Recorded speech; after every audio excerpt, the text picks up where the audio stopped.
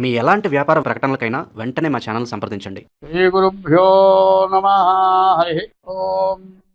శ్రీ మహాగణాధిపతయే నమ. శ్రీ మహాసరస్వత్యై నమ. శ్రీ గురుభ్యో నమ. హరి ఓం.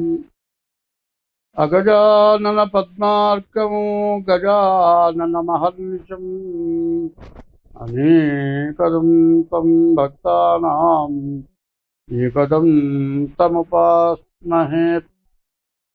వందే శంభుముమాపతిం సురగురుం వందే జగత్కారణం వందే పన్నగభూషణం మృగధరం వందే పశూనాం పతిం వందే సూర్యశశాంకవక్నినయనం వందే ముకుందప్రియం వందే భక్తజనాశ్రయం చ వరదం వందే శివం శంకరం.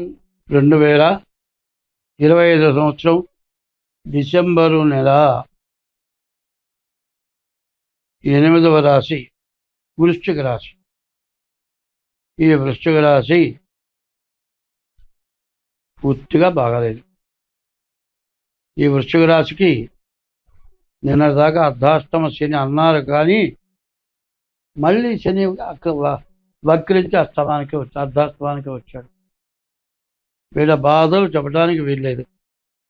చాలా నష్టాలు కష్టాలు బాగా ఎక్కువగా ఉన్నాయి. ఎప్పుడూ ఒకటే చెబుతున్నా, ఎవరైనా సరే తెల్లవారు నిద్ర ఇస్తే దేవుడి దండం పెట్టడానికి చేరుకుంటారులే. అసలు లెక్కేంటి? సూర్యుడు ఉదయించక ముందు లేవాలి. సూర్య కిరణాలు మన శరీరం మీద పడాలి. ఉదయించే సూర్యుడి కిరణాలు పడితే మనకున్నటువంటి రకరకాలైన వ్యాధులు పోతాయి. పుట్టిన పసిపిల్లలకి మరి ఆరోగ్యం బాగాలేదు, వాళ్ళకి పసిగడ్లు అయినాయి అని చెప్పి పొద్దున్నే సూర్యోదయానికి సూర్యుడు చూపించండి చెప్తున్నాను. 4-5 రోజులు సూర్యుడు చూపిస్తే పసిగడ్ల పోయి రక్తంలో మార్పు వచ్చేస్తుంది. సూర్యుడు దయించిన తర్వాత 9 గంటల దాకా 10 గంటల దాకా ఇంట్లో మగవాడు లేవడు, ఆడమంది లేవడు. ఆఫీసులు స్కూళ్ళు అన్నీ 9 గంటల తర్వాతే. 8 గంటల లోపల ఎవరు లేవరు. రాత్రి 10-10:30 దాకా పడుకోరు. ఎందుకు? వచ్చిన తర్వాత తన పని చేసుకోవటం, అంతా మధువు సేవించటం, పడుకోవటం, తెల్లవారి నిద్ర మెడుకు రాకపోవటం. ఎందుకు ఈ విధంగా నిద్రపోయేది? ఎందుకు? మధుపానం అంటే ఆ మధుపానం వేరు. ఈ మధుపానం బతకడానికి పనికొచ్చే మధుపానం కాదు. జీవితమున సగభాగంబు నిద్దులకే సరిపోవు, మిగిలిన ఆ సగభాగంబు చిత్తశుద్ధి లేకపోవు.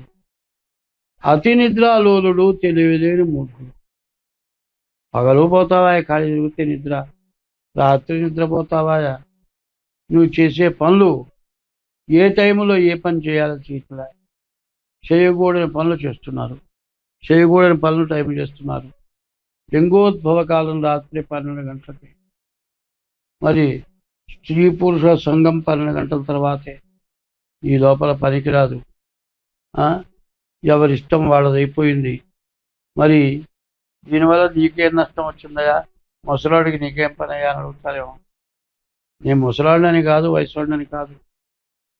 నీవు ఆరోగ్యం బాగుండాలి, ఎక్కువ సంవత్సరాలు బతకాలి అనే ఉద్దేశం కనుక ఉంటే స్త్రీ వ్యామోహం పూర్తిగా తగ్గించుకోవాలి. మానవుడి 100 సంవత్సరాల్లో 10 సంవత్సరాలు యవ్వనం. ఆ యవ్వనం కూడా ఆ 10 సంవత్సరాలు నిల ఉండాలి అంటే దానికి టైం ఇచ్చారు. మరి ఆయుర్వేదికలో దాన్ని తెలుసుకోవాలి. ప్రవర్తన మంచిగా ఉండాలి. నువ్వు 100 సంవత్సరాలు బతకాలి. అసలు లెక్క 120 సంవత్సరాలు. 60 సంవత్సరాలు తెలుగు సంవత్సరాలు, 60-60 120 సంవత్సరాలు. 120 సంవత్సరాలు 60 సంవత్సరాలకు అయిపోతున్నాయి. 60 సంవత్సరాలు దాటి బతికే వాళ్ళు కనపట్ల. ఒకవేళ బతికినా మంచంలో పడుకొని ఉంటావే. ఇప్పుడు నాకు 80 సంవత్సరాలు వచ్చినాయి. నేను మంచంలో పడుకొని ఉంటలే. కానీ ఒకప్పుడు 70 ఏళ్ళ వాళ్ళు కూడా పిల్లలు పుట్టారు. వాళ్ళు 40 ఏళ్ళ వాళ్ళకి పిల్లలు పుట్టలే. ఏమిటి మీ కర్మ, మీ ప్రవర్తన, మీరు పడే బాధ, మీ శరీర అనారోగ్యం, వెన్నికి కారకులు మీరే. ఈ వృశ్చిక రాశికి పూర్తిగా బాగాలేదు. ఈ వృశ్చిక రాశి వాళ్ళు ఉప్పు కారం వేసుకొని తిని ఇంట్లో ఉండండి. మీ ఇష్ట దైవాన్ని పూజించండి, పెద్దల్ని పూజించండి. తల్లిని మొదటి దైవం. ఇలా తల్లిదండ్రులు తొలి దైవంబని తలచిన వారి పుత్రులు. మరి పిల్లలైన వాళ్ళు తొలి దైవం తల్లిదండ్రులు. వాళ్ళని పూజించాలి, వాళ్ళని క్షేమంగా చూడాలి. కనబడే దైవం తల్లిదండ్రులు, వాళ్ళని జాగ్రత్తగా చూసుకోవాలి. పెళ్ళైన తర్వాత ముసలాళ్ళు ఇంట్లో ఉంటే అర్థమైపోతున్నారు. వీళ్ళు ఇష్టం వచ్చినట్టుగా తిరగటానికి ఇబ్బంది అనుకుంటున్నారు. కాకపోతే వాళ్ళకి సపరేట్ ఒక గదెట్టి పెట్టండి, వాళ్ళు దాంట్లో ఉంచండి. అంతేగాని వాళ్ళని అన్యాయం చేయబాకండి.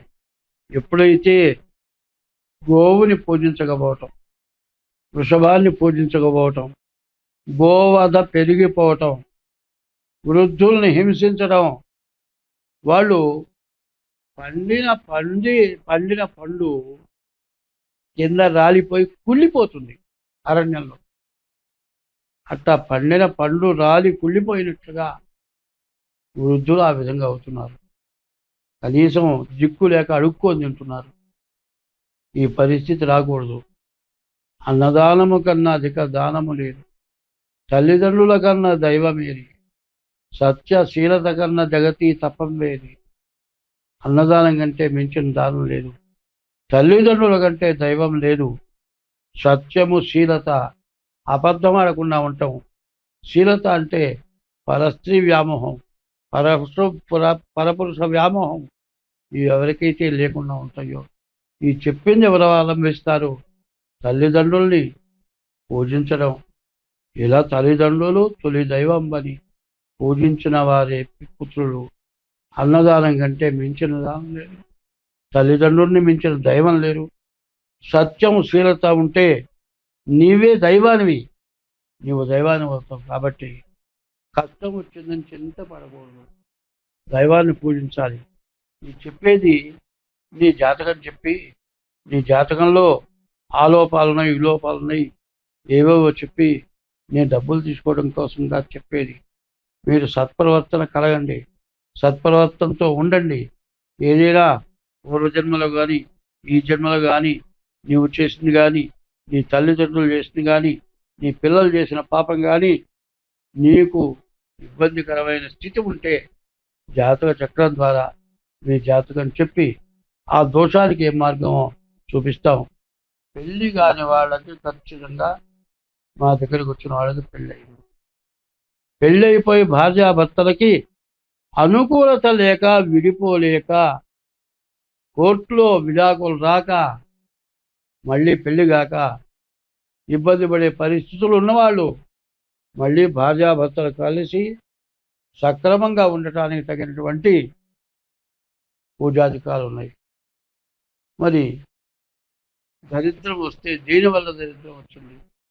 నీకున్న సమస్యలు దేనివల్ల వచ్చినాయి? దానికి ఏ రకమైన పూజలు చేస్తే మీరు బాగుపడతారు? ఇవన్నీ కూడా మేము చెప్పగలం, ఇట్లాంటివి చేయించగలం. అంతేగాని ఏదో ఈ పెళ్ళాం బాగుండేది, ఇంకో దాని పడిపోదాం, ఈ పెళ్ళానికి అందం తగ్గింది, ఇంకో దాంతో తిరుగుతాం. ఇది కాదు కావాల్సింది. జీవితానికి మొత్తం బతికున్నంత కాలం భార్యకి భర్త, భర్తకి భార్య, బండికి 2 చక్రాలు అట్లాగో కుటుంబానికి భార్యాభర్తలు అట్లా. స్వస్తి.